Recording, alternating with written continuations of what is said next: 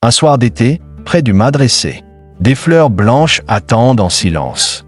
Elle dit « Prenez, gardez, conservez », car elles portent une présence.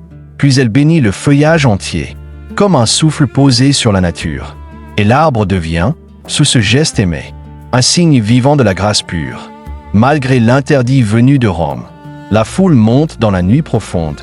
Et là, sous le ciel où le silence se nomme, une lumière touche le monde.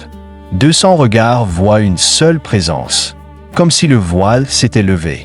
La foi s'élance au-delà des défenses, et l'autorité reste troublée. De Rome descend une parole grave, qui pèse et retient l'élan des cœurs. Le ciel, dit-on, n'a pas donné sa preuve, et l'on suspend les gestes et les fleurs. Mais l'âme, déjà touchée, résiste, car l'espérance ne se défait pas. Entre la loi et la foi qui insiste, le combat demeure ici-bas. À peine quitte-t-il la colline close, qu'une autre voie s'ouvre dans l'église. La grâce ne se lie à aucune chose. Elle va là où l'âme se brise. On impose un ordre sans les enfants. On règle le rite et le silence. Mais la présence, libre et vivant, trouve toujours sa naissance. Dans la nuit close où le monde se tait, une foule dit voir la même clarté, comme si un voile commun se levait. La lumière devient unité. 30 récits portent cette mémoire, gravant l'instant dans l'encre humaine. Entre la foi et le doute notoire, la vision demeure incertaine. Un saint paraît, simple et lumineux, non pour étonner, mais pour appeler. Il dit « Soyez prêts, vivez en Dieu », car l'heure peut soudain se révéler.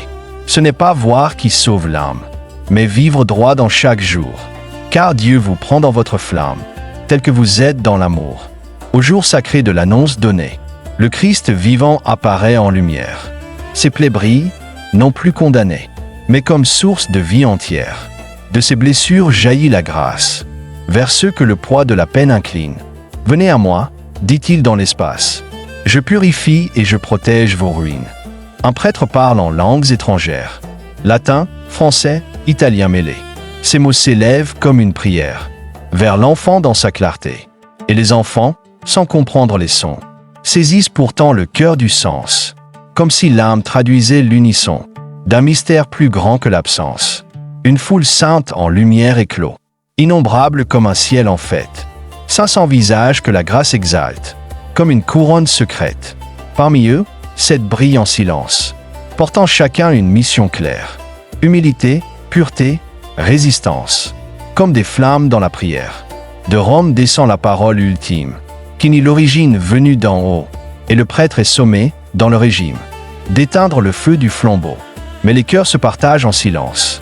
Les uns obéissent dans la paix, les autres gardent une espérance, et suivent Dieu plus que les faits.